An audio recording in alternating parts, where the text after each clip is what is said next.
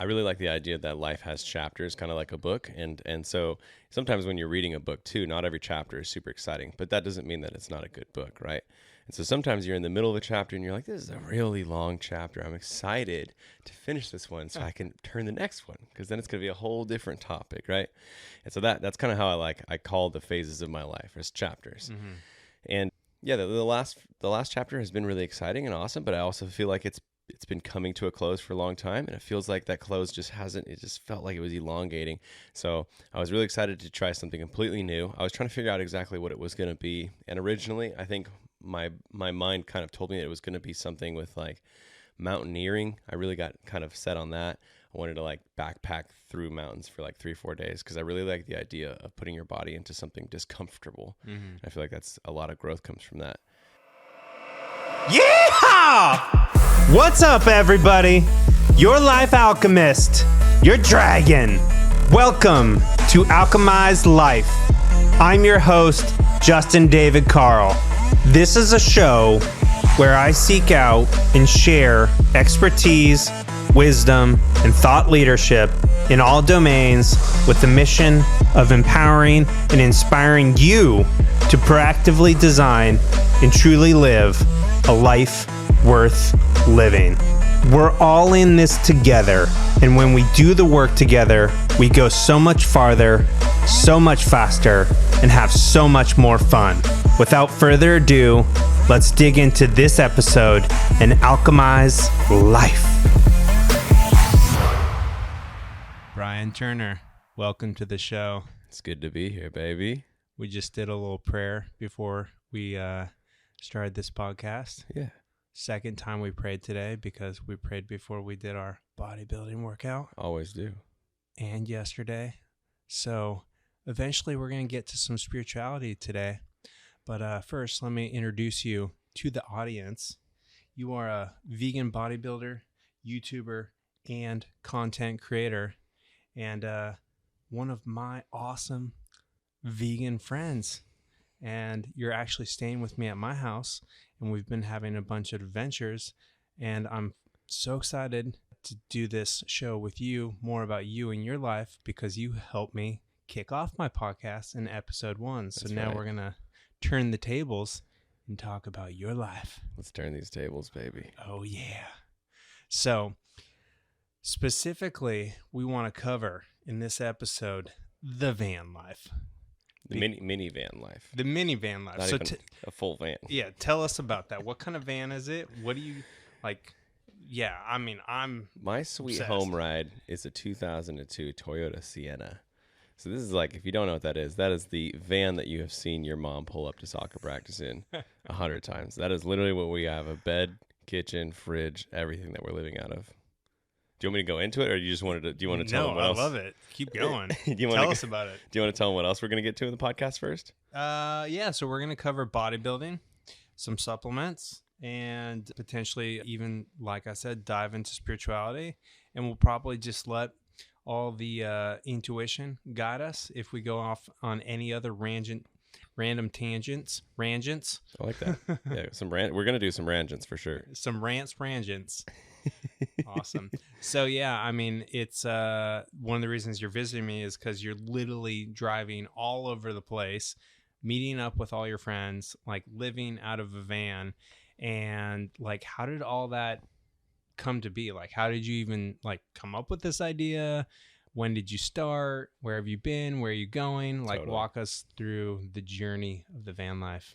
Yeah, like I really like the idea that life has chapters, kind of like a book. And so sometimes when you're reading a book too, not every chapter is super exciting, but that doesn't mean that it's not a good book, right? And so sometimes you're in the middle of a chapter and you're like, this is a really long chapter. I'm excited to finish this one so I can turn the next one, because then it's going to be a whole different topic, right? And so that's kind of how I call the phases of my life as chapters. Mm-hmm. And yeah, the last chapter has been really exciting and awesome, but I also feel like it's been coming to a close for a long time, and it feels like that close just felt like it was elongating. So I was really excited to try something completely new. I was trying to figure out exactly what it was going to be. And originally, I think my mind kind of told me that it was going to be something with like mountaineering. I really got kind of set on that. I wanted to like backpack through mountains for like 3-4 days because I really like the idea of putting your body into something discomfortable. I feel like that's a lot of growth comes from that. That wasn't really realistic, and it's not where I ended up going. So I started doing like barefoot trail running and stuff like that. That kind of like filled that hunger. But really, I just wanted everything in my life to change. And I knew like moving to a new place would be a change, but it wouldn't be that much of a change. All of the routines after you get settled, all of those kind of just like turn back to what they were in the previous place. And so I have had a couple of friends who've done van life and live in like Sprinter vans and go all across the country. And I found a channel that I really liked. Her name is Nikki Delvinfall, and just fell in love with the idea. And yeah, so I just like looked into how I could make the van life happen in the minivan, and looked into different conversion companies and stuff. Found a place that basically builds a box that you put inside of the van, and it has a kitchen. It has like a pull-out area for like all your like pantry and all that kind of stuff. And then the top of the box folds out three times so that it like covers the whole van floor, and then that's like a raised platform for the bed. And yeah, I just fell in love with the idea because, one, I love traveling, super fun. I love that every 2 to 4 days is a completely new adventure. I have a lot of friends, and I get a lot from my friends. Like my spirit animal, if there was a spirit animal, would be a golden retriever. Like I just love people. My tail is always wagging around people. And so, yeah, it gives us the ability to go into all these different situations, see all these different gyms, see all these different beautiful locations for me to barefoot run, and then tag my friends as I go along the way. And it gives me an excuse to like live at their house, because you really... That's what he's doing right now. He's commandeered my living room. I've crashed. His van life bed is in my living room right now. It's awesome. My farts are filling your midnight floor. It's so juicy. But never in your life could you ever ask your friends like, hey man, could I just come to your place for 4 days? You could, but it would be kind of irregular. But because we live in a van, it's like, yeah, you can definitely come use my house because I know you need a laundry and a dryer and all that. So it gives us like great excuse where everybody just opens their house up in the middle of their work week when they usually would say no, because they know that it's not like you're hanging out. It's like you're just going to be living in my house. It's awesome. My point is I'm super stoked and I'm very inspired. The emotions that I'm feeling are the emotions that I think you should always strive for. Is just like extreme excitement, extreme inspiration, an incredible amount of creativity is flowing from me. And all of those things feel really, really good. I feel in alignment. Yeah, I think one thing we should probably point out is you're not doing this alone. Yes. You have your partner with you.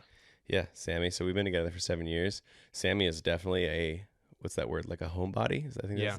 So yeah, she likes being in comfort. She loves having lots of blankets and pillows, and she loves being on the couch and having a comfy bed and stuff. So for her, this is way out of her range. For me, this is right in my range.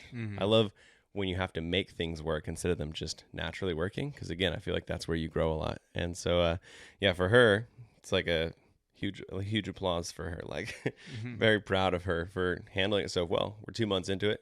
She's doing really well. We'll see how the next 4 months go. So walk us through a few of the like highlights of the last 2 months. Like, where are some of the places you've gone? Like, what have you done?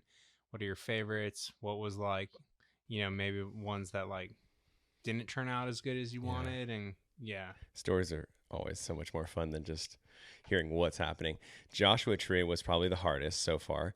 The reason Joshua Tree was really hard is because it's in the middle of the desert. It's so hot. We're in a van. It's not a Sprinter van that has like AC. It's just a van. It's just a metal box. Yeah. So like in the middle of the day, it was like 120 degrees inside of our van. So that was tough. We would like sleep in the middle of the day because we realized we couldn't actually be alive in the middle of the day. So Joshua Tree was tough. But I think maybe my favorite, Tahoe was really fun. Sequoias, I think, was my favorite so far. Sequoias, like you're up in the mountains, you kind of have like there's some lakes around there, so you have like some water kind of fun stuff, but then you have like these amazing trails. And there's a place up in Sequoias called Buena Vista Trail. And it's just like a 1.5 mile hike, not that high, but as you go through, you have like these completely different landscapes. There had been this huge area that was burned, so you were walking through like it looked like this smoky volcano. And then you come into this great pitch that's just completely growing new green trees, and it's just gorgeous. You feel like you're in like some mystical Lord of the Rings or something like that. You get to the top, and then it's all rocky landscape, and you have like this beautiful 360-degree view with clouds and fog rolling over, and it was just that for me was just perfect. It's pure magic. Yeah. So that was for me. Yeah. I think Sequoias was the most fun. Yeah. That's awesome. Yeah. And I know in Tahoe you did some like up in the air adventures. Tell us a little bit about that. Yeah, that was sick. So I've never been to Tahoe before, and I've never actually been on like lakes before, like really ever. And so we got to Tahoe. We were in a campground. It was very like desolate, and then we wanted to actually check out what everyone talks about, like Lake Tahoe. So we went to Tahoe Lake. We were in South Lake Tahoe. We parked. We were walking like along the beach side, and we just keep seeing people do different things, jet skiing and paddleboarding, all that stuff. So we paddleboarded, but then I saw a bunch of people parasailing out there, and I was like, man, I've always wanted to do that. Mm-hmm. I love pushing your comfort zones, and that's pretty uncomfortable. It's kind of like, it's pretty bizarre being like 1,000 feet above the water. And Sammy was like, oh, that looks terrifying. And I was like, yeah, it looks so fun, right? She's like, no, it looks terrible. And I'm like, well, let's just find the place where they do the parasailing. We'll see how much it is. We talked to them.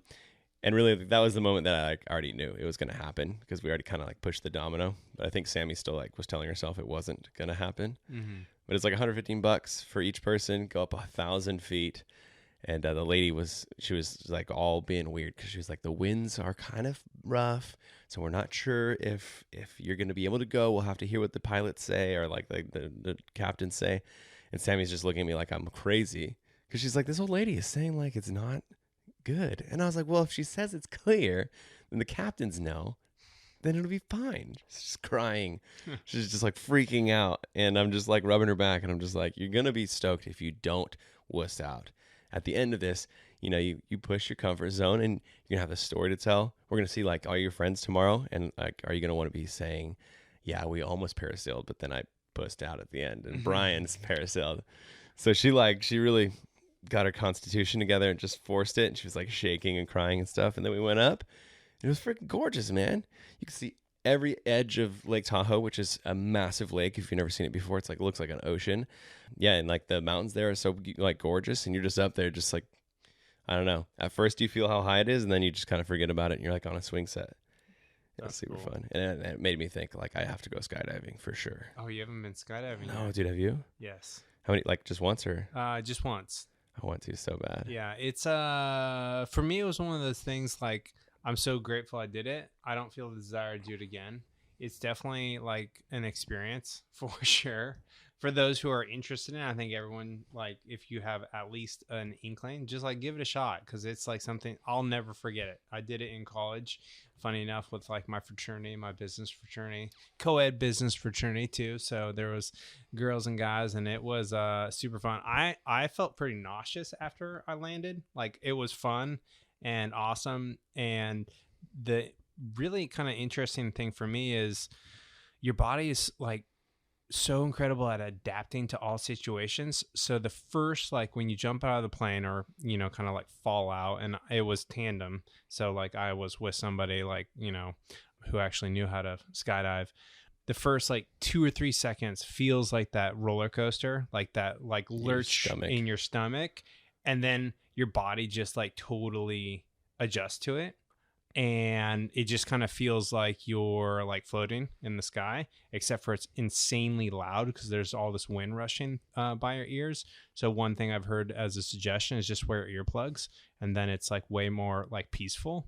So, but it's like insanely beautiful because, you're talking about looking down at Lake Tahoe. Like, think if like you're even like significantly higher and just looking down at the land, and then as it's like coming towards you, it's like just like the like the pitch and the peripheral and everything like just starts to like change as you're getting closer and closer to the earth. And it's just like, it's very magical. It's but it's definitely, my body when we landed was like, what the heck did we just do? And I was like, all right, I feel pretty nauseous now. Yeah. But it was definitely worth it. Yeah, your inner ear was pissed off at you. Yeah. Dude, I have a strong desire for it. Maybe after I do it once, I'll be like you, and I'm like, yeah, I feel that desire, but I don't think so. I think, like I said, I love discomfort, and I feel like it's a great discomfort to put yourself in. Yeah. So a couple questions for you to kind of like start to fill out the picture of van life. Yeah. because it kind of sounds like, oh, you had this great idea, you started watching this other person who did, and then you did it. Like, how long did you plan for it? Like, how long did it take to put the van together? Like, how much money did you spend putting this together? Like, give us a little bit more like the details. Yeah, that's a good question. Especially when you watch like YouTube creators, it always seems like this magical thing where they just like, oh, I want to do it, and then all of a sudden the next video they have like a $120,000 Sprinter van, fully decked out. Yeah. And they're like, anybody could. They always say like anybody could do it. You just have to work hard enough. But no, there's a lot of planning into it. You can't just like snap your fingers. The idea came around like a year before it happened, and then started working on it about 6 months before it happened. Was going back and forth a lot with a few different companies, and the first guy quoted me like $14,000, and I was like, that's a little steep for a minivan conversion. Yeah, it's crazy expensive for such a small, Right. And so then the other company, I worked out like a social media deal with them, certain amount of posts and stuff. And so then after that, we had to start like measuring the vans, and because my van's older than the normal models they do, so they had to do like some adjustments, and we had to like go back and forth with like the risers and all that stuff. And then in addition to like the actual converting the van and having all the kitchen and stuff, you also like have to think like, how am I going to convert my life? So you know, like what's my morning routine normally? Like what's that going to look like in the van? Okay, obviously I can't bring like all this stuff, but what are the things that are absolutely necessary but still minimal, right? And then you start, it's almost like you have like bandwidth or like money, if you can say it like that way, of like how much can I spend? Like what's my budget of space in the van, and how much is that space worth whatever object it is that I want to bring? Like for example, you're like, should I bring an e-kettle? Because like maybe we'll want hot water for coffee. And then you think about it, and like we actually did bring it, and you're like, this thing is massive. Why do we have this? We could fit like a whole bunch of stuff where we have that thing, and we could just heat the water in a pan. So like a lot of stuff we pre-planned correctly, but a couple of things on the road you're figuring out as you're going, like, oh, that's completely useless. I don't need a pan lid. I can just cook stuff for like 30 seconds longer. So stuff like that. But yeah, that also took a couple months to really like go through each of my routines and write out lists. And then something pops up into your head when you're in the middle of a workout, and you're like, oh, right. Yeah, I totally need, you know, like a laundry bag or something like that. 'Cause where's my laundry going to go? Yeah. So I'd say probably like 6 months of actively buying stuff and changing stuff and preparing and packing stuff and planning. Yeah. Okay, that's awesome. Speaking of morning routine, I've been like totally curious. Like, it's really cool. You've had to like shed all the unessentials, both like the physical, you know, things that you could actually bring, but also like the things that you could actually like do each day, because it's not like you have a full house and you can like go through your normal like morning routine or even just daily routine. So like, what are some of the key things that you've both had to let go of, and some of the key things that you've been able to, you know, bring with you on van life that have been like, you know, giving you that grounding or that anchoring or that like that momentum that you want to create each day to have a great day? Yeah, that's a good question. Like definitely what I was looking forward to a lot is minimalizing all the stuff that's unnecessary. Because like over time, especially in a comfortable setting, you just kind of keep adding things. Accumulate shit. You accumulate more physical things, and you also accumulate kind of like maybe slightly helpful or slightly good routines, but really like it just adds up, and you have so many extra tasks really in your daily routine. So I was excited to minimalize and really just see like what actually makes me happy and what not, right? I think probably a funny story to tell before I get into all this is that before we left, because again, like we were waiting so long to get this going. Side story. Also, I was helping my parents retire and move from San Diego to Arizona, help my dad like sell his business and all that stuff. But they just were having a hard time actually buying a house. Every house they looked at just didn't work.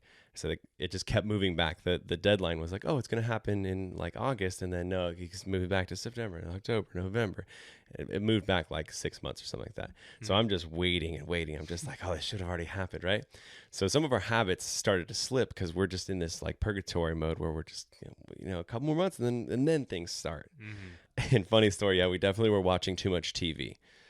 It's a guilty pleasure, terrible thing to do if you're watching mindless TV where you're not like actually trying to watch something on purpose. And we're watching so much of that show Shark Tank, you know, that yeah, you know, like Mark Cuban and stuff. Yeah. And it's so funny because now when I hear that theme song, it's like dun dun dun dun dun dun dun dun dun dun dun dun. I guarantee like 20% of your viewers are like, oh, I know that song. I literally heard it in the cabin the other day upstairs, and I'm like, someone's watching Shark Tank. And then Andre came down, and he's like, yeah, I'm watching Shark Tank. But anyways, yeah, so we had some bad habits accumulate, just like stuff. And once we moved in the van, like so much of the supplements that you enjoy taking, like you can relate with this. Yeah. There's so many things that you find out and you're like, oh, I'll buy that. I'll try this. I'll try that. And you have like a whole cabinet in your house. But when you're in the van, like what are you talking about? I don't have a whole cabinet full of supplements. Yes, I do. You've got a library full of A to Z, baby. For me, like my supplement shelf now is the space under the driver's seat. Which is like a max of like 5 to 8 bottles of things. And how big was it before you started van life? Oh, huge, man. Like just infinite space. So like I had to choose like what are the supplements that are really useful, not just things that like kind of give me a little extra. You know what I mean? Like for example, when you're sleeping, you're like, oh, I might like love magnesium 3 and 8, or I might love valerian or chamomile. But if you have 3 of those are 3 bottles. Yeah. So like, what's the actual one that like does the best? Yeah. And so, or like find one that has all 3 of them in it, and like now you're down to 1 bottle instead of 3. Shout out, yeah, boom, to Luna. That's the best supplement ever for sleeping. Boom. But so there's a bunch of stuff like that we had to do, and I don't know. I guess it is pretty irrelevant, like all the physical stuff that we had to minimalize. But for me, like the most important part that's spoken to me the most is all the mental stuff that we've had to minimalize. And like I said, we were watching a lot of TV and stuff like that. Something else that I've really enjoyed is I started to journal every single morning, which also kind of leads you into like you're starting your morning by being mindful, by journaling. And so then it kind of becomes more easy to meditate. And that's something that people all the time say is like, oh, I should meditate more often. And it's hard to, because the first thing a lot of us do is we wake up and we grab our phone. And what I've noticed, man, is as soon as I look at my phone, as soon as my screen starts palpitating my eyes, I like lose so many thoughts. Like I forget what I was planning on doing. I forget some of the tasks. Disappear into the black mirror. Dude. Sucks them out of your mind. It's insane, dude. And one of the really cool things about van life is a lot of times you are out of reception. So even if you had the urge to wake up and the first thing was check your phone's going to say the same thing it did last night. 0 notifications. You got nothing going on, son. Yeah. And it's great because then you're like, well, now I need something else to do. And you're like, I'm going to journal. Yeah. And journaling has just been like one of the best changes that I've made recently. Hey there, just a few words about the incredible show sponsors for today's episode, and then we'll dig right back in. Today's show is brought to you by Veg Nutrition. Live better. So I'm actually a Veg elite athlete, and before I joined the team, I spent months doing my due diligence to make sure that the company was vision, mission, and value aligned with me, my values, my mission, my vision, and my lifestyle. I got to know the owners super well. I even got to know the person who formulates all the products, and they passed with flying colors. So I couldn't be more excited to represent a company that I feel so aligned with. And I want to tell you about 2 of my favorite products. The first is the Veg Pre-Workout. So when I first went vegan, or mostly vegan, the last thing for me to go fully vegan was finding a vegan pre-workout that gave me the focus, the energy, and the power that I was looking for. And I can tell you, this is the best pre-workout that I've ever had. It gives me incredible focus and energy. And what's probably the best is it leaves me with no crash after I take it, which is great. And the flavors are so freaking good. There's literally peach mango and a Patriot Pop that tastes like, the firecracker popsicles, cherry lemon lime flavor. They're literally so good that I can dry scoop them. And they just released a watermelon flavor for just in time for summer, and it's incredible. So that's the first product. The second product is arguably also my favorite, and that's the plant protein. Comes in 3 incredible flavors: chocolate peanut butter, vanilla ice cream, and cold brew coffee. Yep, you heard me. Cold brew coffee flavor. It tastes incredible. All three flavors, 25 grams of protein, fully organic, incredible ingredients, heavy metal tested, and it is my go-to post workout. Make sure that I'm recovering and refueling and giving my muscles the protein that they need to rebuild for that next workout. So go to vegnutrition.com/dragon and try their full line of supplements and you'll get 15% off. Or you can just use Dragon at checkout and you'll get 15% off. So that's vegnutrition.com/dragon to get 15% off. Veg Nutrition, live better. That's awesome. Before I ask you about journaling, I'll share one thing I do with the audience to like kind of like protect yourself against your own Black Mirror is I literally have every single notification turned off on my phone. So when I wake up, there's nothing to look at. Like I have to literally physically go into every single application or app on my phone in order to see if there's any notifications. So that way, when I wake up, I literally spend the first like 30 to like 90 minutes not actually engaging with my phone other than to like stop my sleep tracker on it. Like, so I just like, I use Whoop. And so like I wake up, hit end sleep, and then I go like start to like, well, first I meditate for 20 minutes. Then first I use the restroom, then I come back, meditate for 20 minutes, and then I go like prepare my morning mushroom matcha and like kind of like go through that ritual. And so then I don't really like look at my phone like in terms of any notifications even longer after that, because before I even like open Instagram or any email, like then I go into my journaling and then I'll do what I call like HTF, hardest thing first. So whatever the hardest thing I have to do for that day is, if it like mental task, like I will do that first.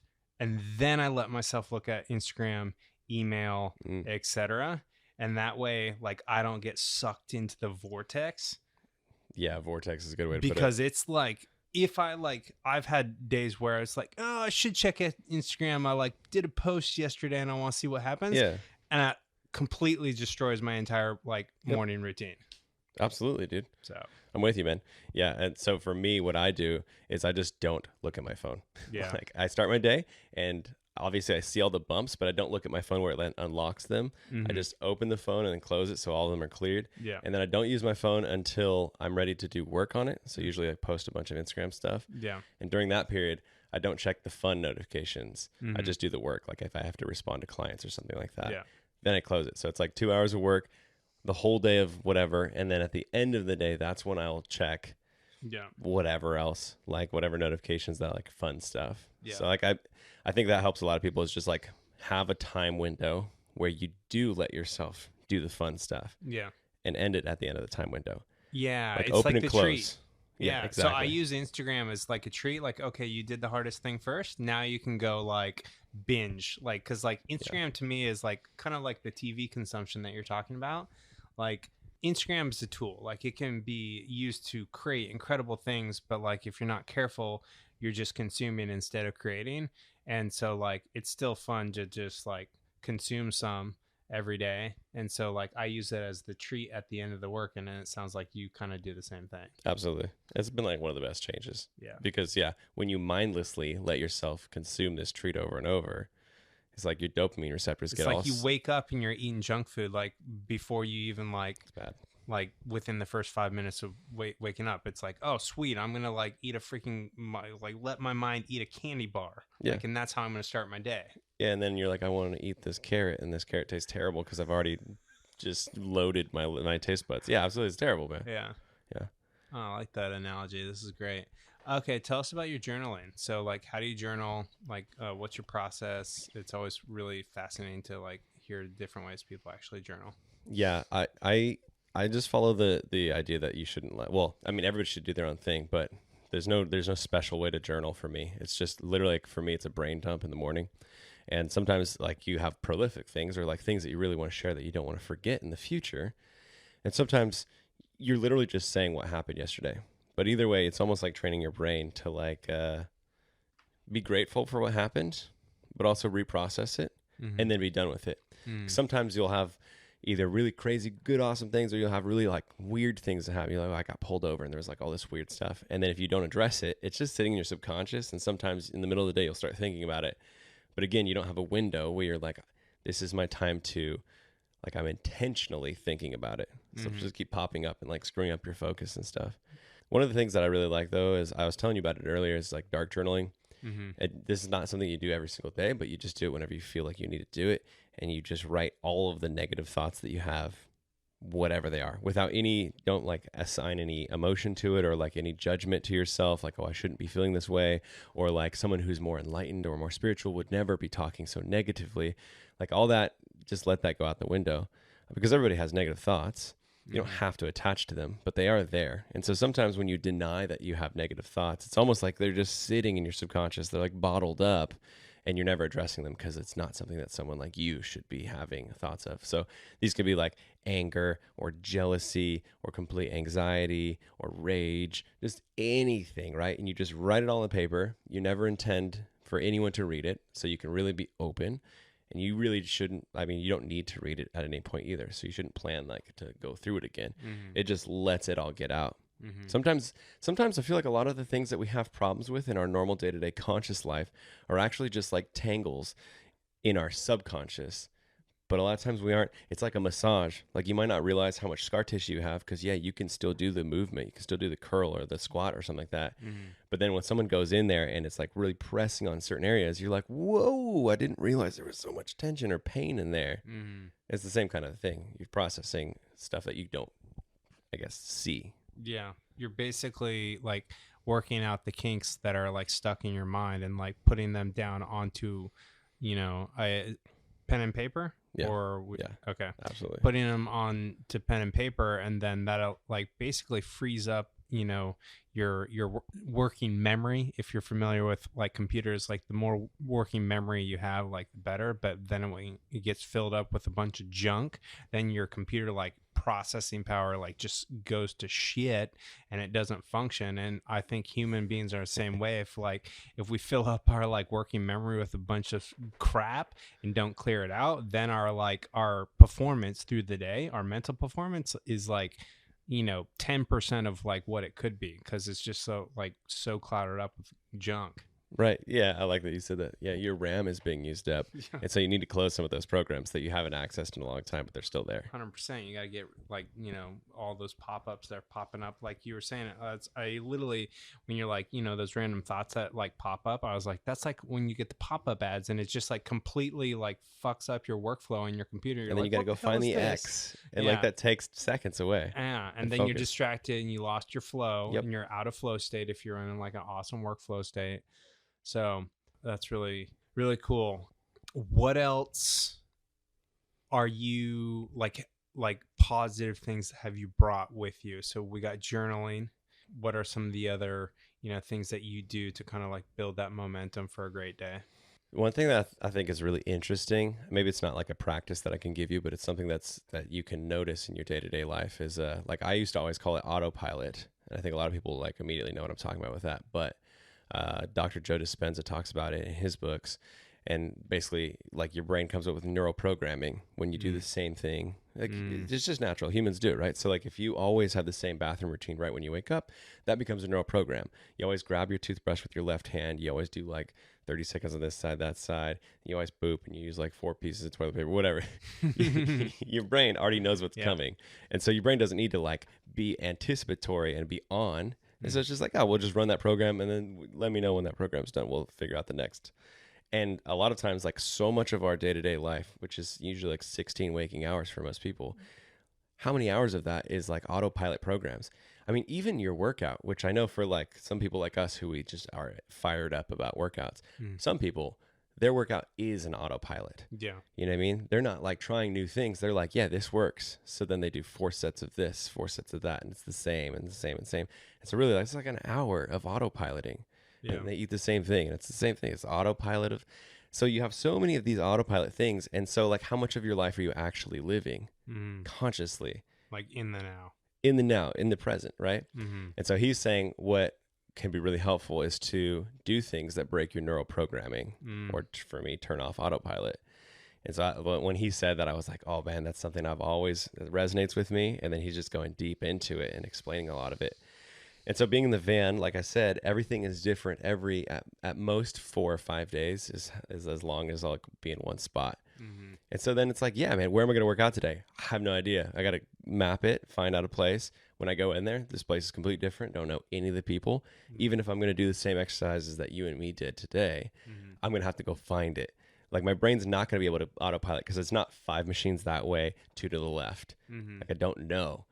And so everything, even just it's basic. like driving a new car. As soon as you drive a new car, it's like, oh my God, driving is so fun and amazing. And it's like incredible experience. Then you get back into your old car and you're like, you completely go back on autopilot. And it's like, you don't even like enjoy it. And that's what I was getting to, is like that not only is it breaking these neural pathways and stuff, but it's also making life fun. Like it's making things playful. Like, where do I go to the gym? Oh, there's 3 different options. That becomes a play versus like, I already know exactly where I'm going to go to the gym. So that's not even something I think about. Yeah. And so that's been really fun. And you get into some funky situations, you know what I mean? Sometimes you end up working out with like some really weird situations or some really interesting people. Yeah. I've met some, like for example, when I was in Arizona, I went to this gym and this kid was squatting super heavy. And I was thinking, man, good stuff. This kid's like a young, like maybe 17-year-old, and he's lifting like 350 pounds, right? Yeah. And then he comes over to me and he's like, hey man, didn't want to interrupt your workout, but you just have an insane physique. And I was like, you just lit my whole day up, right? Like I felt like for 2 weeks, I felt amazing. And then I told him, I was like, man, it's crazy how heavy you're lifting at your age, dude. And I was asking him and stuff.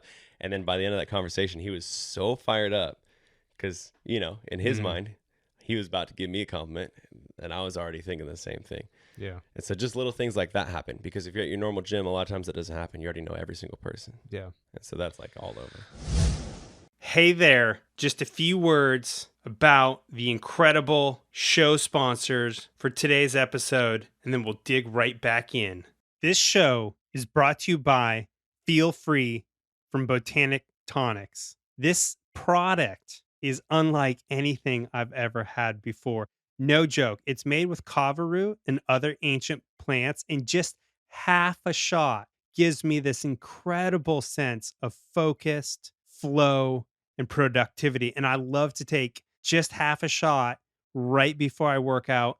I take it with my pre-workout and it takes my workouts to the next level. It is seriously unlike anything I've ever had. It's also an incredible productivity tool for any big work projects that you have or long periods of time where you just need to be super focused in flow state and get a lot of shit done. So if you want to give this a shot, you can go to botanictonics.com and use code DRAGON at checkout to get 40% off your first order. No joke, 40% off with code DRAGON. That's Feel Free from botanictonics.com, code DRAGON. Feel free, feel good. Yeah, the interesting thing, you know, in reverse, you're actually bringing this incredible gift of like being forced to like really come into the now, into the present, because like you've totally fucked up my daily routine, like in a great way though. Right. Like I literally have had to like completely reinvent my last 2 days since you've been here, but it's been awesome. I've had so much freaking fun. I've felt like so much more present in my life because it's like, you know, for me and my wife, like we have 2 people staying in our living room and it's like we can't do our normal thing, and it's like it's really cool. Like it's interesting that the gift that you're getting from van life, you're also giving as you go meet up with friend to friend to friend. So it's actually like a very beautiful like virtuous like circle that you're creating. People. It's amazing, man. Like I said, my cup gets filled up by being around people. And like literally what you're saying, it's crazy because some people I think feel burdensome. And I always communicate in a way that I'm like, you should let me know that if something is a burden or you don't want, but what's happened, every single person we stayed with, like, which is like 5 groups, maybe 6 groups now, every single one of them, same thing you're saying, like they're so stoked they have this other person or this other group, me and Sammy, to like tell everything because their partner already knows. It's like we're breaking their neural programming. Mm-hmm. And then because you're hacking their consciousness. It's so cool. It's so good. And then because we're not vacationing, it's not away from their home. We're in their day-to-day life. We're kind of like doing their routine. And so then they're excited to show me what they're doing. They're excited to show me their morning and night routine with the supplements or something. Yep. They can't wait to show me like their favorite grocery store. And I was so excited about your supplements, and we're like, yeah, this is so rad. And so I feel like it's kind of cool because they are never really analyzing their own normal routine, but all of a sudden they have to kind of look at their own routine because they want to examine the best parts and share it with me. Mm-hmm. And so then they're like almost reinvigorated on the cool things because they're like, look how awesome this is. Like this grocery store has this product. You got to try this sparkling water if you like that. Yeah. And it's cool because you just see your friends light up too. Yeah. And then every time we leave, they're always like, I wish you were staying longer. And it's the perfect time to leave. Yeah. Because then you're like, yeah, you leave him on a high note. Yeah, he's leaving me tomorrow. I'm already sad. That's amazing. Okay, so I know one of the things that you have, brought with you on the road, and I'm really curious about how you're actually doing this. So, like, you are a vegan bodybuilder. So, like, how the heck do you, like, keep up, with your bodybuilding while you're on van life? Like, how has that been working? Like, walk us through, like, how you think about it, how you're actually, like, programming your training, and, like, what about when you're not staying at your friend's place or you're not around a gym, or, like, how often you're able to hit a gym? Like, because for those who don't, see Brian right now, he's, like, a big muscular dude. He is like a bodybuilder for sure, and he has an awesome physique that's like very well developed. And like someone like me, if I was like, oh yeah, like he's gonna go on van life, I'd be like, he's gonna lose all of his gains for sure. But he hasn't, at least not in the last 2 months. Not so far. Yeah. So walk us through that. Yeah, that's the question that like a bunch of viewers have asked. And you're coach just like me. We coach people on fitness and how to get muscle and all that stuff. And a lot of times people will think that getting fit is hard just in the first place, just when they have all their things in line, when they're at their house and they can build routines, right? Like they're already like, how do you prioritize enough to succeed? Mm-hmm. And so for me, it's very exciting to be able to show people, how we're going to make it happen. At first, I bought a bunch of bands. Bands are cool. There's kind of a limitation for me personally. I know people can get hella good workouts with bands, but they're just not my feel. So then I was like, I think I maybe talked to you. I don't know. Somebody. It was me. It was you, right? Yep. And you were like, you got to get some adjustable dumbbells. Yep. I have 2 pairs in my garage. And I thought about it before we talked about that, but I was like, man, that's like a bunch of extra space. It's like 100 pounds and yada, yada, yada. Yeah. But then I did some band workouts and I was like, yep, we're getting some adjustable dumbbells. So I have up to 50 pound for like 2 dumbbells. Yeah. And man, I would say that when you're out in the middle of nowhere, middle of Joshua Tree Desert, or you're in the middle of sequoias, whatever, I would say that those workouts are almost like maintenance, especially like in a bodybuilding sense. Mm-hmm. You're not going to gain like a ton of muscle from doing 50 pound chest presses. Yeah. Because, I end up going to like, 30 reps. Mm-hmm. And there is like something to say about going to your failure point, no matter what weight, you're still adding hypertrophy. Mm-hmm. But I don't know, my mindset, there's a lot of things that go into it. So my mindset says when we're out in nature, I'm maintaining the muscle I already have. Mm-hmm. And then when I get into cities, I'm blasting as hard as I can. And it's making those workouts to me be more important. Like I have to be intentional. I have to push to gain. Scarcity. It's like I have to eke out the most like growth opportunity gains here in this particular workout, because like in 2 days I'm gonna like not have this gym. Luxury, really. Yeah. And then it forces your perspective where you're like, okay, I am tired. Should I stop now where maybe I might normally stop? Or should I just like push another 4 reps? Or should I do a drop set so I can get another 6 reps in there? Because this is growth season, baby. And so that's kind of like the way that I have those 2 things. Mm-hmm. I would say that in terms of the eating thing, definitely when I'm in cities, I'm bulking more, especially when I'm away from friends. Mm-hmm. When I'm with friends, it's a little bit difficult because you're just like doing so much with them. Mm-hmm. But when we're in cities by ourselves, we're just eating tons of food. When we're out in nature, I would say that I'm like either at maintenance, so eating just enough to not lose or gain, or just slightly over maintenance. Yeah. But yeah, so like when I'm in towns, either at my friends' houses or like Airbnb or something like that for like a day or two, we'll like meal prep a bunch of stuff. Yeah. Like I'll have like 2 giant bags of potatoes baked. Mm-hmm. That way, while I'm out there, I can just throw a ton of carbs together, throw a bunch of beans together, maybe some tempeh, some vegetables, and now I have this giant stir fry that I shouldn't be able to have while I'm in the middle of sequoias. That's like 1,500 calories. Yeah. So it's just like everything is the same. It's just a little bit more steps to get to the result. Yeah. So I want to get a little bit more color on like we can use Sequoia as an example. So like, how did you train in Sequoias? Like, I feel like I watched some stories of you like using the dumbbells and stuff. Like, walk me through like a day or two of training. Like, how did you actually do that? Yeah, so like for like chest day, for example, everything's the same with like rolling out and getting started with the abs and stuff. But then you pull the dumbbells out and just so you guys know, like what he means by like rolling out and like getting abs, like Brian has this incredible habit of like turning all of his muscles on before he starts his workout. So he goes through this really like in-depth, fascinating kind of pre-workout routine where he gets all of his different muscles, especially his core, firing, so that when he actually starts his workout, like everything's actually working. Whereas most people, when they go, especially when they're lifting weights, they're only recruiting maybe like 30% of the different muscles that should be engaged throughout the movement in order to like maximize like hypertrophy, which hypertrophy, for those who don't know, like that's actual creating muscle growth.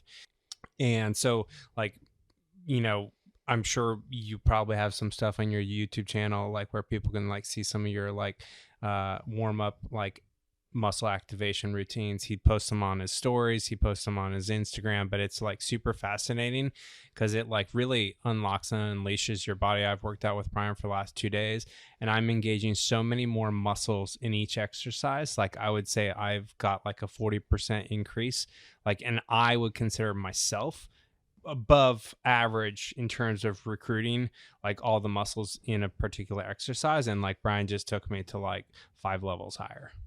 Yeah. So, because you just tried to roll right on by that. So yeah, he does his whole like turns his whole body on, turns his whole muscle system on.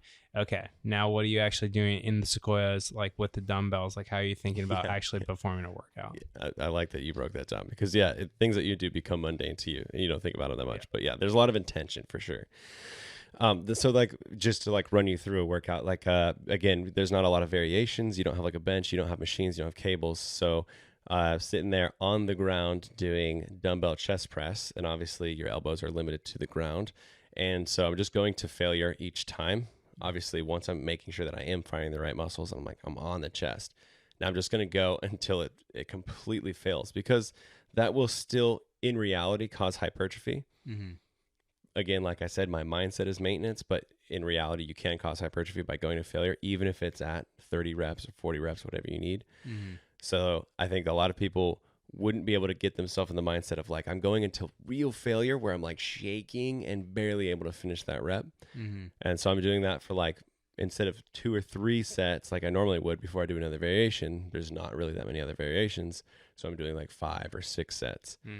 Like And some of the places have different things. Like sometimes they'll have like a bench, like a picnic bench, or like there's like a curb. I just got this awesome picture of you using a picnic bench as a bench press bench. Like I'm actually benching it. Yeah. There was a curb at that Sequoias that was slanted, so that became my incline bench. And I was doing incline bench presses on there.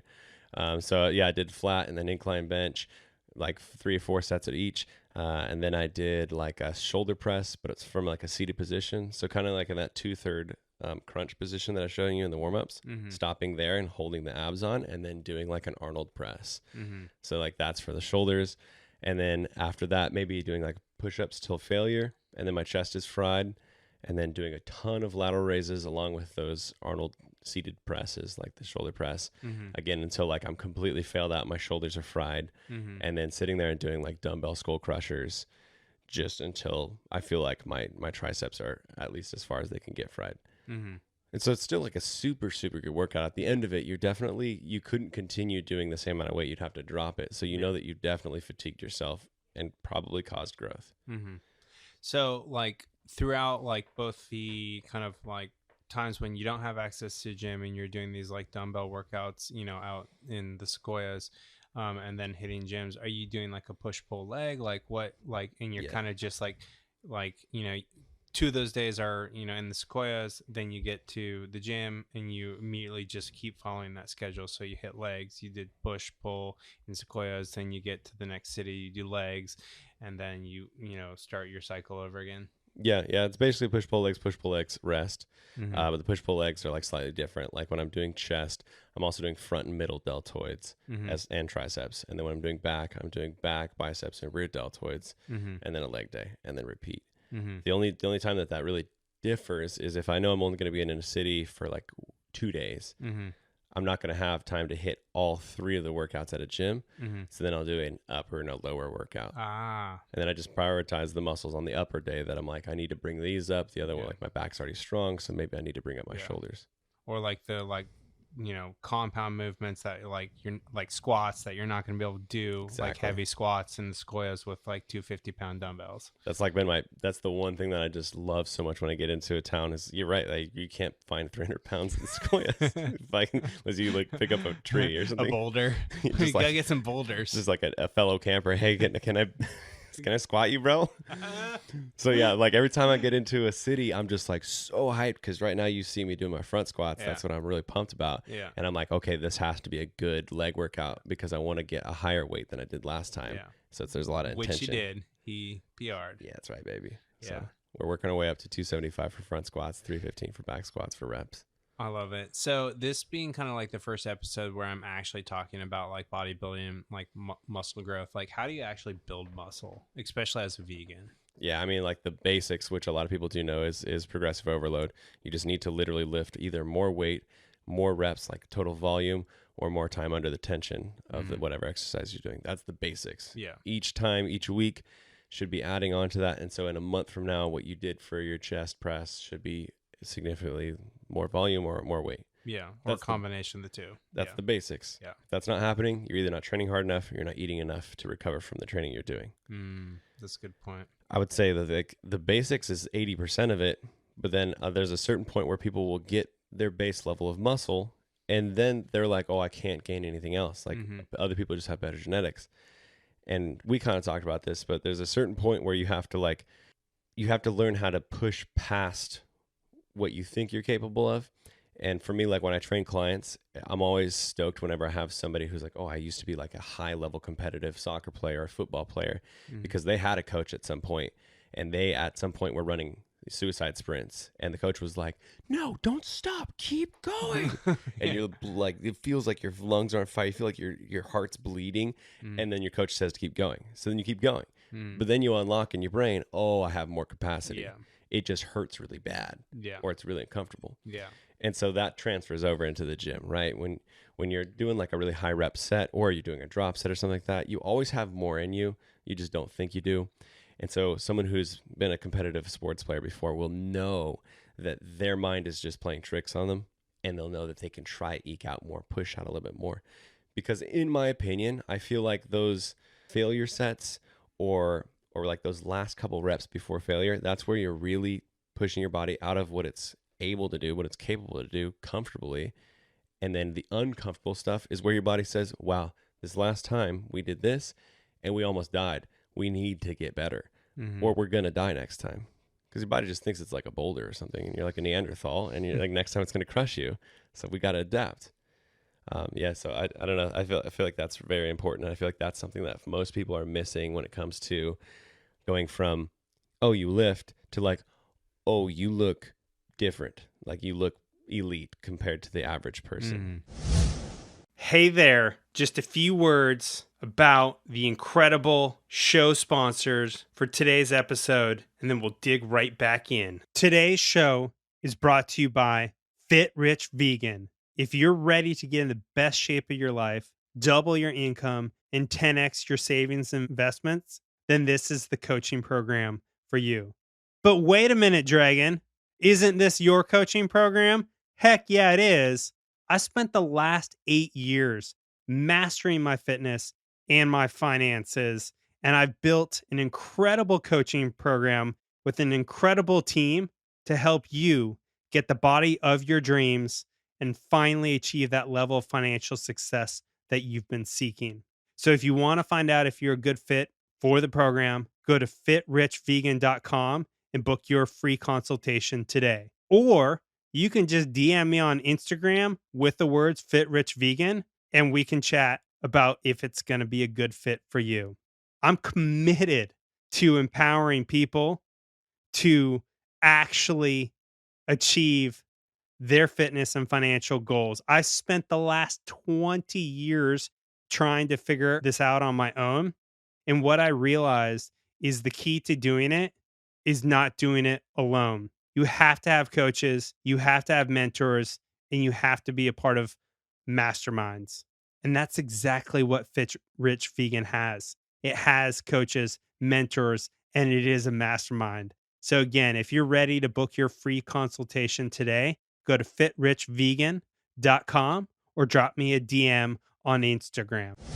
Yeah, it's really interesting. In my own case, as I'm thinking through this, I recently turned 40, so I'm really working diligently to find like the balance between like creating that growth, like pushing myself super hard in particular exercises, within, certain like blocks within the workout so that it creates that growth, but then not doing too much overall volume. So then I'm like broken down the next day and like I'm going back on the side, or like I'm too exhausted to like have a good workout the next day.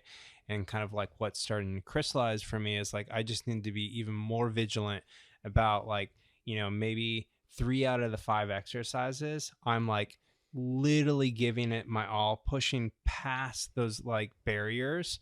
And then, maybe I do that for like 60% of the workout. And then the other 50, I can kind of like back off, like just focus on like fine tuning, muscle activation, form. And then I still have some gas in the tank, and I'm able to, because like when I was young, I could just like push. Yeah. But then like when you get older, you can't push as hard. And I think most people undertrain, but there are people like myself who tend to overtrain.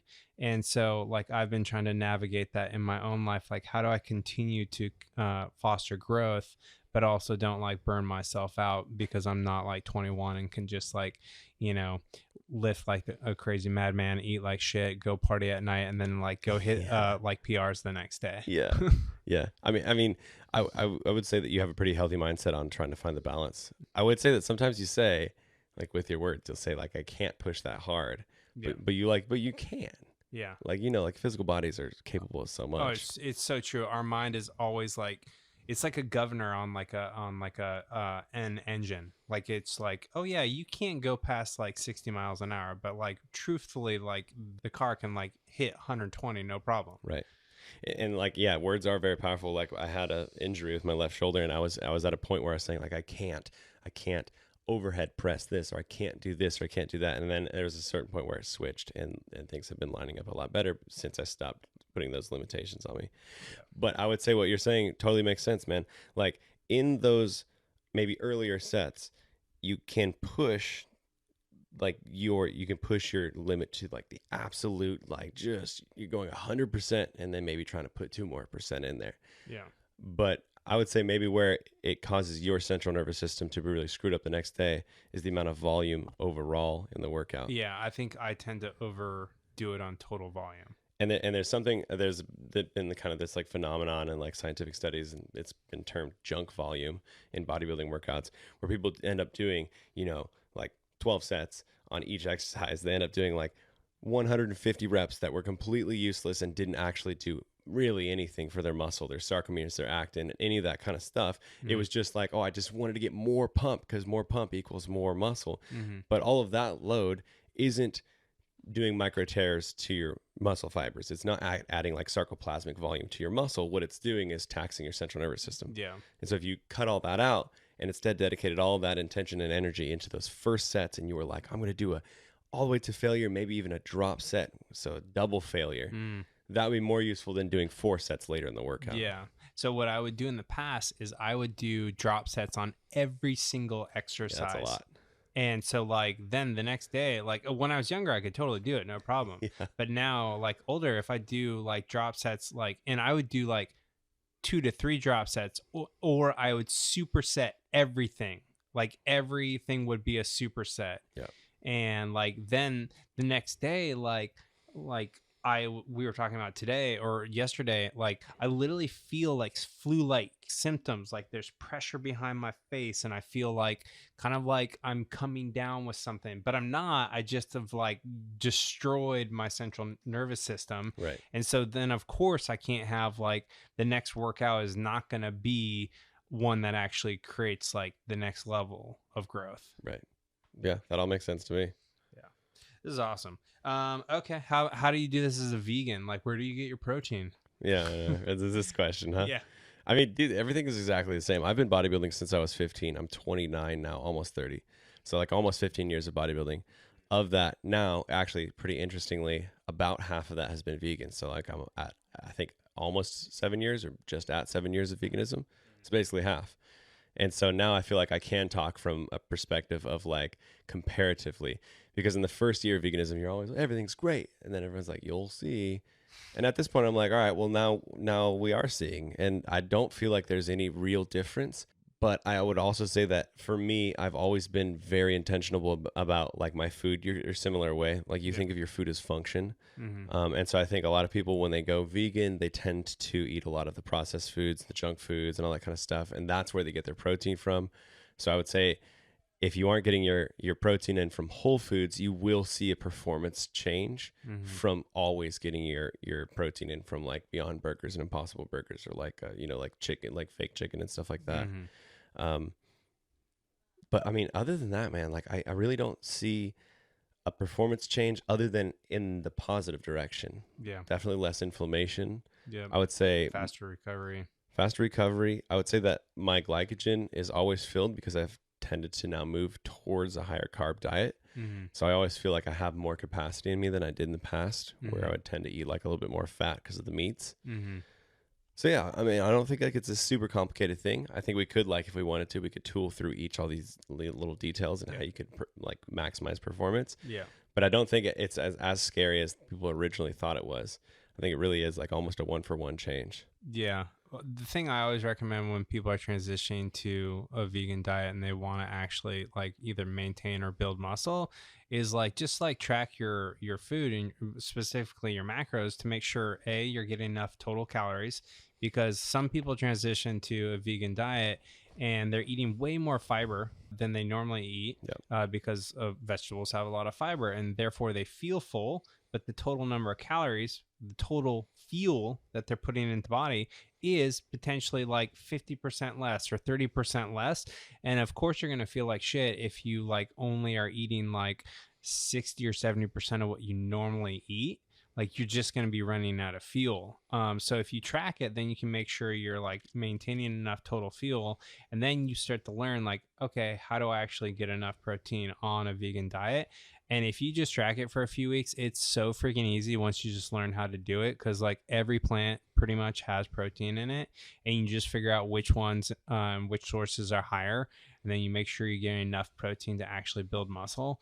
And it's like so incredibly easy. Like I know both Brian and I like, supplement with extra protein, but we could both actually, at least I can, I won't speak for you. I can easily go without protein powder and get more than enough protein because I know how to like eat enough of the like whole foods or things like tofu, tempeh, seitan, etc. to get enough protein. Right. And I would also add to what you're saying, just to like even back it up more, that when you track, like everybody should track for at least a day or like a week or something, you'll also see the micronutrients. So you'll see the vitamins, minerals, sometimes polyphenols and that kind of stuff that basically you're missing. So sometimes, not even just vegans, just everybody, you'll be like, oh, I never, ever, ever, ever eat anything that has zinc in it. Yeah. So maybe you should supplement with it, or you should find something that has zinc in it. Yeah. Or selenium or whatever it is, because in a short period of time, your body has stores of like those trace minerals and you're fine. But in the long run, all of a sudden something starts feeling funky in your life. And if you track your stuff, I bet you're missing on some sort of vitamin or mineral. Yeah. I would say for the audience, the easiest way, if you want to like figure out how to like incorporate lots of like high protein vegan meals, into your life, just like go watch some of Brian Turner's YouTube channel, because he does like full day eatings, like all high protein stuff, and it's like super delicious, easy to make, and it's like, oh wow, this is actually really easy. It's also incredibly good tasting, fun, and that's like one easy way. When I first transitioned to the fit vegan lifestyle, I would watch Brian Turner's YouTube, I'd watch his stories, and it was like, oh, this is so easy to get all this protein. And it was like so fun to figure out how to do it, because I got to watch someone who's like incredibly passionate about cooking delicious high protein vegan food. So if you're kind of like thinking about it, curious about it, like the easiest way to like learn anything is to model somebody who's already doing it. So Brian does an incredible job of it. Thanks, man. Yeah. Boom. Awesome. So let's talk about turkesterone, because we kind of kicked off like, when you visit your friends, especially your other like bodybuilding friends, you gotta like share the supplement stacks. And one of the new ones that you introduced me to was turkesterone. So tell us a little bit about that, and what you're actually doing with that on your YouTube channel. It's we're just giggling about it because it's been like an inside joke here, but we've also shared a couple other ones that The key to vegan muscle is turkesterone. No, it is not. It's just one supplement that. Forget about the protein. Just take turkesterone. You've shown me your podcast sponsor, Feel Good, I think it's called. Feel Free. Feel Free, Yeah. and that's been amazing. So we've had a couple different shares, and but turkesterone is really exciting because it's kind of a new thing on the block. I think it's been around for maybe like 2 years. This is I believe it's a root, but either way, it's a plant. I think it's grown in Africa, and basically they grind it up. Some of the higher quality ones will extract turkesterone directly from the plant, so you're not just eating the plant matter. So it varies from like 10% up to like 95% extract purity. Turkesterone, they've done a couple of studies that have shown that it helps to free up testosterone in your body. So instead of introducing testosterone that's not yours, like steroids and all that kind of stuff, turkesterone helps you free up what you're already creating. And so a lot of people heard about it from Andrew Huberman on his podcast. He was saying that with turkesterone and one other supplement, you can basically free up, the average person will get about 100-point increase in their testosterone, which is pretty big because the average range is huge, but like the average person is somewhere around like 5, 6, 7, 800 test. And so if you're able to go up from, let's say, 700 to 800, that's like like 15, 20% increase. Yeah, that's a big jump. As a natural, like even a 5% increase would just be mind blowing. And just to give the audience like clarity, Brian is a completely natural vegan bodybuilder, like no steroids or anything like that. And so this is just a supplement. It's not like he's injecting himself with some strange thing. This is a root that he is supplementing with. Okay, yeah, that's actually a really good point. I had a friend who didn't quite understand what I was saying, and he was like, awesome, dude. I took SARMs last year. For people that don't know what SARMs are, it's basically prohormones. Like it's like synthetic testosterone. Yeah. And I was like, bro, we're not talking about the same thing, bro. Don't do that to me, man. But yeah, back in the day, back when I was starting bodybuilding like 15 years ago, Tribulus is another root that was grown, and it was touted as a natural testosterone. I totally used to take Tribulus. Yeah, everybody tried everything, right? That we found out in further studies that it doesn't actually increase your testosterone. So for like old just schools, pissing out money. Exactly, expensive pee. For old school dudes like me from bodybuilding, it's like, oh, this is like Tribulus version 2 that actually has studies that prove it works. And so again, it's like there are studies that prove that it does work, but this is on an individualized response. And even, creatine, one of the most researched supplements in the world, for some people, they're non-responders. So there is still like this curve of like some people do not have any effect when they take turkesterone. I think it's like you start with like an average of 500 milligrams. Someone who's a larger person like me, so like 200 pounds, something like that, would be taking like a gram a day.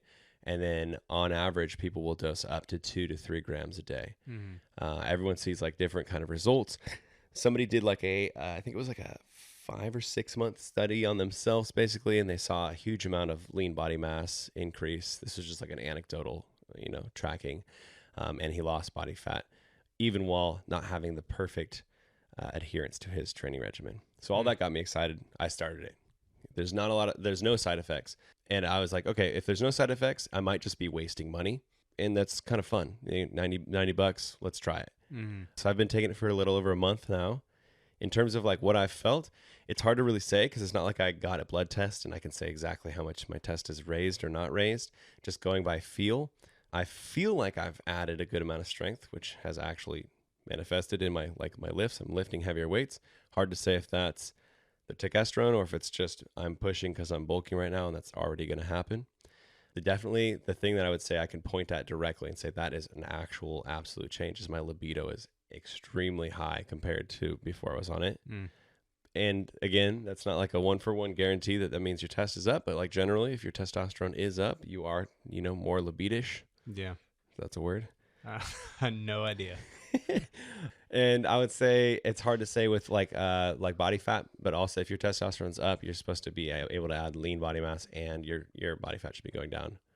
I saw you back in November when I hung out with you in San Diego, and it is July 1st actually now. And I would say you're actually leaner and bigger than I saw you then, for sure. These are all anecdotal things, but it feels like it's working. I will say I've been working super hard in the gym. I have had a lot more intention. My injuries, I've been able to work through a lot of them. And so I've been able to do a lot of exercises I haven't been able to do and use better range of motion. All of those things are going to add all of the things that you're saying. Yeah. So it's hard to say exactly, but 1 month into it, I'm basically tracking all this until we're at 90 days. Then I'll make a video on my YouTube channel called I Tried Testosterone for 90 days and what happened. And so then I'll be like going through the whole thing and kind of showing results before and after videos and all that kind of stuff. So we'll see. Awesome. Well, thank you for sharing. It's always fun to talk. You and I share a love of, what we call magical potions, supplements. That literally alchemy. Yeah. And, for the audience, like supplements are not the magic bullet. Like if you don't put in the work, like they might add like 1 to 3%, but if you don't do the work, like they're not going to work for you. Right. They're just like that last little bit that can like help you reach that next level if you're giving it already giving it your all to get to that next level. So like, treat them accordingly. Like they're not the magic pill. Like you're the magic pill actually. Yes. So, awesome. The other thing that we've been talking a lot about, and we kind of kicked off the episode with this is spirituality. I mean, literally we prayed before this podcast, episode, for the first time ever. I prayed before a workout, twice, 2 days in a row now with Brian. And, Brian is spiritual in his own way. I'm very spiritual in my own way, but I actually haven't brought it into my fitness, which is crazy, especially because I call myself a life alchemist. So like, why wouldn't I be praying to all the gods and goddesses, for strength, and a great workout and growth and all that. So let's talk a little bit about spirituality. Like, what are you reading? What are you thinking about? Like, what does your spiritual practice look like? Yeah, totally, man. Let's get weird. I mean, weird's a terrible word, right? Because this is just opens up so much for you if you're open to learning. And talking about spirituality, man, that's a big, broad topic. But maybe, talking about what's exciting to me right now. Perfect. I would say a couple of my friends put me on to a book called Ask and It Is Given. Is that what it's called? Yep. Yeah, I'm always bad with titles, but about halfway through the book. Jerry and Esther Hicks. We'll put in the show notes. Yeah, Abraham Hicks. And it's just it's an incredibly fascinating way that the whole thing is being done. Probably to not freak people out too much, but freak them out a little bit. Basically, Jerry's wife is channeling a group of non-physical beings, like spirits, who their whole purpose is to help people to find their true nature, their true non-spiritual self, and really find how they can allow well-being to flow to and through them so that you can live the best life and understand that your words have the power of creation, which is like really the ultimate power. So basically, it's just like the whole book is like, here's how you can harness your best self and just kick ass. It's super fascinating. There's a couple of different things I really liked about it. It talks a lot about the power of affirmation, and which we all have kind of heard before. But one thing I really like is that instead of I want to manifest a new car because I want a better car, it'll make me happy. But a lot of times when we manifest that, we also come from a point of I want a new car because my old car sucks and it makes noises and it sucks and all this stuff. So you're almost coming at your your manifestation from a point of lack. It always comes back to centering on, why do I need that? It's because I don't have that, and this is why it sucks. And then so I think Abraham Hicks calls it like you're putting off rockets of manifestation, but they're tied to these really, really negative lacks. And so then your energy that you're really focusing is on the lack part of it, not on the abundance part of what could be. So with manifestation, it's almost like, there's another book that I read that kind of tied this in for me, but when you want something to change, you want a bigger physique, for example, is one of the things that I've been manifesting. Is really like my body performing with me instead of against me. And you almost think that it's already happened. Like the version of you that has whatever it is you're trying to manifest already exists. And then what you are doing is centering your energy and your focus on that reality, and then marrying it with some sort of higher vibration emotion, whether that's like inspiration or joy or happiness or love. When you tie those two things together, it becomes very powerful, and then it's you vibrate that version of yourself to your current reality. If you're not a spiritual person, this all just sounds ridiculous. Yeah. But when you start seeing the positive feedback loop, where you start seeing it happen, it reinforces and it kind of blows away your skepticism. And then it just feeds back into you doing it again. You're like, okay, well, that small thing happened that I really wanted. I wanted like the dates of my friends being in this place to line up with mine. Boom, it happened. It already is going to happen. It happened. And then it does happen. And so then you start going forward with bigger manifestations. You're like almost like calling into those all these realities like exist. The bigger Brian exists, and you're almost like calling that reality into this current existence. Like you're harnessing, you're attracting, you're resonating it to you're creating a frequency or a vibrancy that like it can actually like be attracted to, like a magnet almost. Exactly.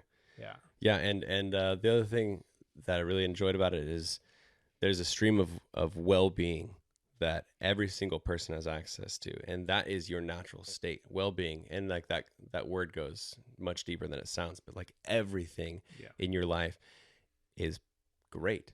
It makes you happy. There's no thing that is causing you issue. Yeah, I have to just jump in here. I realized that like, so I'm in a mastermind with Peter Crone, who is like, he's known as the mind architect. And, you know, part of the work was kind of like identifying the beliefs that we have around our health, both the positive and the negative.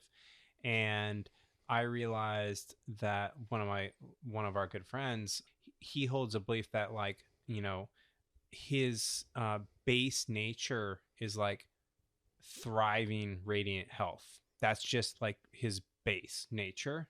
And that's a belief that he holds. And I was like, I'm stealing that, because like that is so powerful. If you have the belief that your literally default nature is radiant, thriving health, and I'm paraphrasing into my own words, you know, to make it my own, but like that's incredibly powerful. Because if you just stop yourself, like anyone who's listening to this, and ask yourself, like, what are my, like, if I like clear out the junk, what are my actual beliefs about my health?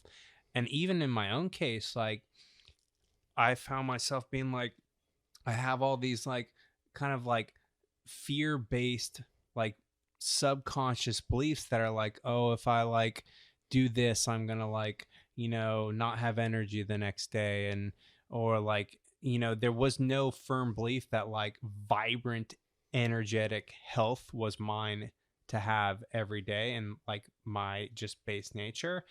And you know, we have all these invisible kind of like scripts and programs or neural programming that are running ourselves, and we can actually reprogram that. Like we can install new neural programs if we take the time to identify, you know, those like, you know, call them viruses, right? They're like software in us that is like literally malicious.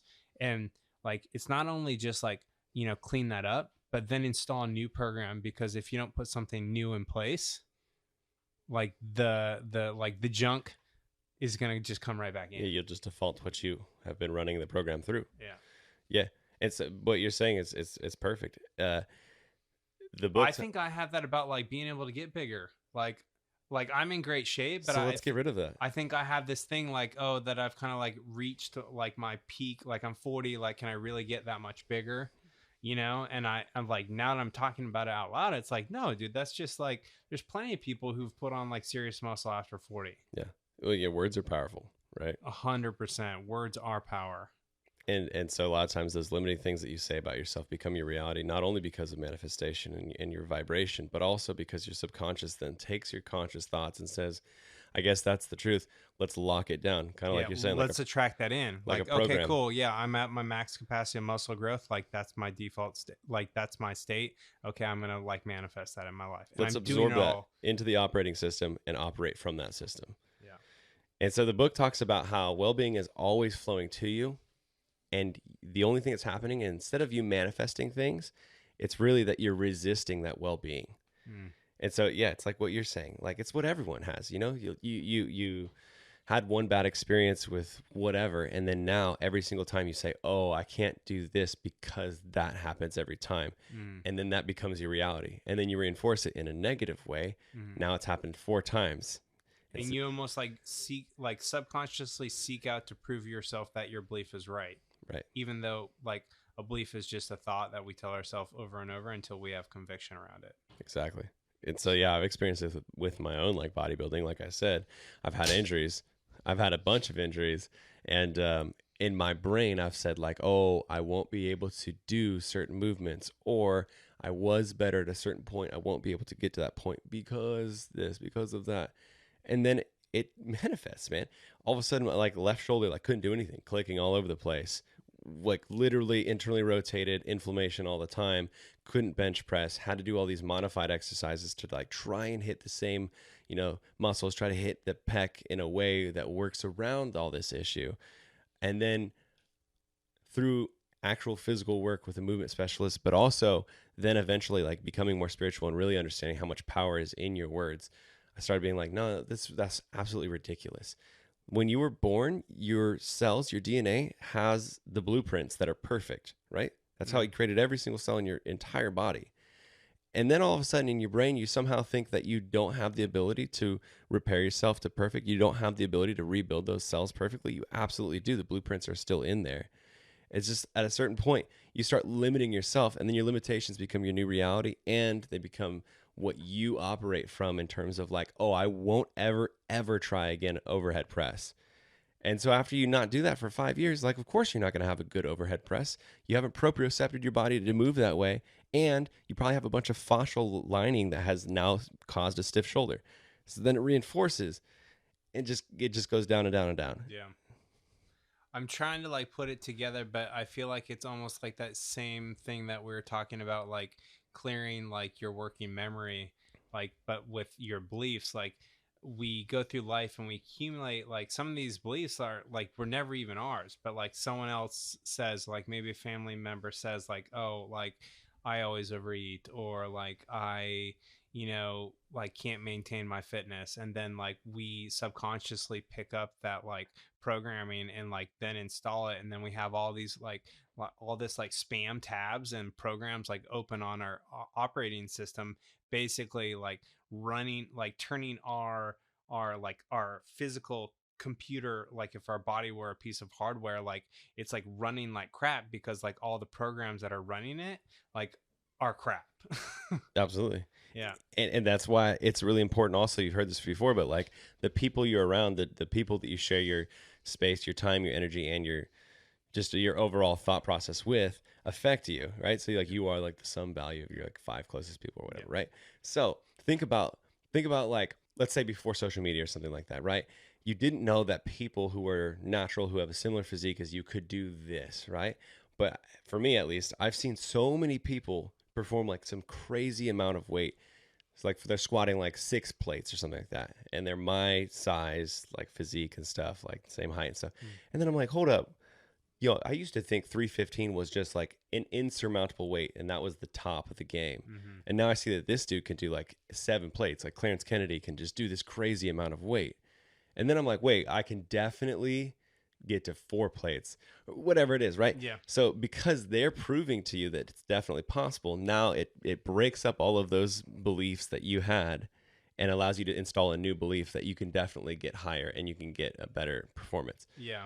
So it works in both directions, is my point. Yeah. So a couple thoughts on that. This is really fascinating. So like, for the longest time, they thought like the 4-minute mile, like just like the human body could not break it. And then like one person broke it. And then shortly after that, like tons of people started breaking it. Yep. But like for years, I don't even know, maybe even decades, like it just was thought like it's not possible for a human to run faster than a 4-minute mile. Then it was done. And then suddenly all these people could do it. And talking about in terms of like, just like you are the average of the 5 people you spend the most time with, like they've done studies on this with both net worth and weight, like body weight. So like I've always been a huge proponent of like, if you want to get in better shape, get friends who are in better shape than you, and they pull your average up. So I'm like so excited Brian's staying with me, because it's like, oh yeah, I'm gonna get bigger, I'm gonna eat more, like I'm gonna like my muscles are gonna grow just by being in his like aura, or in his like sphere of influence. And it's the same thing with money. Like one of the ways I worked my way up to becoming like wealthy is I surrounded myself with people who were wealthy, and I learned to consciously and subconsciously started installing their programming into my programming, and then suddenly my wealth programs got upgraded. Like I got the new versions or the new apps that were like way better than the ones that I had installed before. And it's like, whether it's with money or fitness or health or relationships or whatever, like one of the great ways that people can install new programming is reading books, getting around people that like are like, have that programming that you want, consuming the content of those people. So that's why I said, early in the podcast, like Instagram is a tool. Now, a tool can be used to like harm somebody, even yourself. You can harm yourself with the tool, or it can be used to empower somebody. So I always encourage people, like Instagram is this beautiful tool because you have 24 access to people who are living the life that you want to live in some aspect or many aspects. So like I follow all the people who like inspire my fitness. I follow the people who inspire me to like become like a better entrepreneur and make more money. And like I follow people who like are really awesome at relationships and marriage and stuff. And it's like, or you can just consume trash, or like, you have the friends who like post all their like negative drama stuff. And it's just like, okay, like which program are you turning on?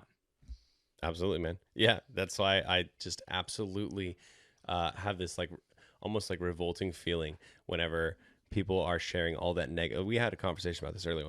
Like some people really get into like politics, but a lot of times politics really focuses on how the world's ending and all this negative stuff. And yeah, it's just, man, you're just installing other people's programming, right? Yep. You can either like get the benefit of all the positive feedback loops that they've worked on that have then elevated them, and then you can just absorb and kind of steal. You don't have to like, do it all on your own. You're like, oh, you know that, and I respect you. Now I know that. Yeah. Easiest way to get a mentor, literally just consume their content. Like you can spend like every single day with that person, and like you can have the most amazing set of virtual mentors because of like Instagram and books and like all sorts of social media, podcasts, YouTube channels, etc. So it's super powerful. So kind of like to start to like land the ship, someone who's interested maybe like developing some more of their spirituality, like what are some recommendations that you would have? Like obviously asking it is given has been really awesome for you.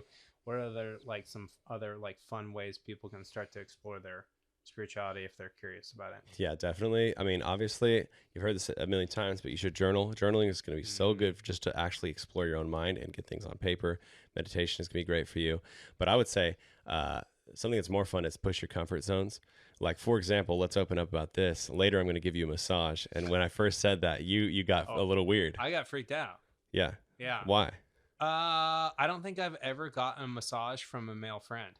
Yeah. Yeah. Ever. Like, I've definitely got a massage from male massage therapists, but only in the like the first part of my life when I started getting into massages, I only wanted to get a massage from a woman. Same.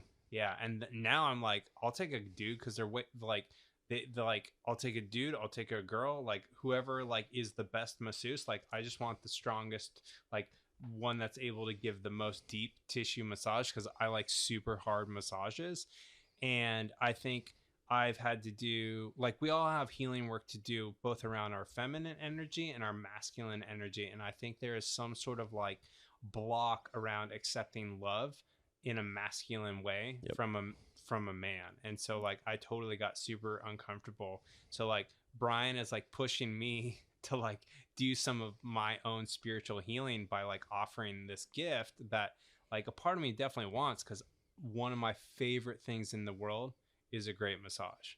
Right. But I also like I think I'm I'm scared to get that like physically close to like a male friend, and like we're both in like committed like relationships, so it's just interesting. And I think kind of like answering my own question, like you're sharing that with me, and like one of the things I shared with you was like tarot, and like I've been into Jerry and Esther Hicks and like their work. I think one great way people can explore spirituality is like find out what your friends do. Right. Ask them to share their spiritual beliefs, practices, etc., and just try them on. Maybe they'll fit. Totally. Like so Brian loves like he's like loves Jesus. Like I'm polytheist. I believe like in all gods and goddesses, and so like I've been working with Jesus like why Brian's here, which normally I don't, but I'm like trying it on why Brian's here, and it's like been really fun. Yeah. I mean, what you're saying is great, man. Like that's literally what I did at the Tahoe house with all these different people. I said, "How do you guys meditate?" And then each one had like a completely different answer, and none of them were similar. And then some of them, like you don't even have to try them. Sometimes someone explaining it to you, somebody will have something that resonates really hard. And you'll say, "Oh, that sounds like that's something that would work well for me." Yeah. And then literally right there, you get to skip Googling and doing all this extra work. You just talk to people. Yeah. But I would say that, I could probably give a bazillion books. I would say The Way of the Superior Man is one you should check out. Yeah. But the best thing for me has been when you feel uncomfortable about something, either spiritually or just physically or just mentally, push into it. Growth opportunity, 100%. So I'm going to do it. And like, I'm sure some of the listeners, especially the male listeners, are like, oh, I'm turning this off now. Like, yeah, they have that urge to say no homo or pause. Yeah. But what is that? Like, why? Right? Because there's no sexual reason, right? Mm-hmm. I just want to share with you something that I'm extremely good at. And I know the anatomy extremely well. I also know that I can unlock a lot of scar tissue that I bet you Carly couldn't do because she probably doesn't have enough strength to get deep in there. Mm-hmm. People around you probably don't know what I know in terms of this. Yeah. And I've been able to do it for other people. Yeah. And so for me, it's exciting because I've done it for so many of my male friends. Yeah. But right, it is just extremely weird because you've never done it before. And it's like, you may not even, like, it sounds it's like not normal in at least American, like U.S. Right. culture. Like it's not, it is like, I have never heard of it being normal for a male friend to give a male friend a massage. It's so weird though. Why? In other countries, men hold hands together while they walk down the street. That's true. That's a good point. But you've been able to identify at least some of the parts of why to you it feels weird. Mm-hmm. But a lot of times for the listener, you might not even know why it feels weird. You might just be able to intuitively feel, oh, that is uncomfortable. So it doesn't even matter really if you can say why. It's just like, now try it. Just try a little bit of it. Actually, you just helped me unlock why it's so weird for me. But I think we're going to have to save that for another podcast because that's like a super deep episode that like I definitely open to doing, but not right now because we're already like, motor mouth for like an hour and a half. Yeah. And I think we're coming to a good place. So I think kind of like what we both touched on, because you literally just shared that with me, like in our conversation over dinner the other night, is like, you just have so much fun like asking other people about their meditation practices, their spiritual practices, etc. And then I was able to like, just bring that back up. You've mentioned two great books, Asking is Given and The Way of the Superior Man. So we'll put all that in the show notes. And, get around more spiritual people. That's probably another way. Like people are open about their spirituality, whether it's, Christianity or Buddhism or whatever. It's just like get around those people and it can open you up. Awesome. So any last topics, words of wisdom, or anything you would like to cover before we shut this down? I mean, man, there's so much we could probably get into, but I think the one thing I didn't get to say that I just want to say real quick is that when I was, like, for example, playing soccer, I was at like a super high competitive level. And one of the things that really helped me was working with not just my general team coach, but like a personal coach that was looking at my weaknesses and strong points. And that was something that really helped me get to the next level. So when you were talking about like having a mentor, whether it's just somebody you follow on YouTube where you're just like absorbing everything, or it's like literally someone that you're working one-on-one with, it can take you to another level, because a lot of times you can't see what you're doing from another perspective. So like even when we're bodybuilding today, I'm able to look at you and be like, all right, hey, maybe try pushing your tricep down while we're doing these lat pulls and activate in a different way. Or literally he would like literally just touch the muscle that's supposed to activate, and that would like trigger my mind muscle connection to that muscle, and I was able to turn it on. Boom. Where before it was like completely, it was just off.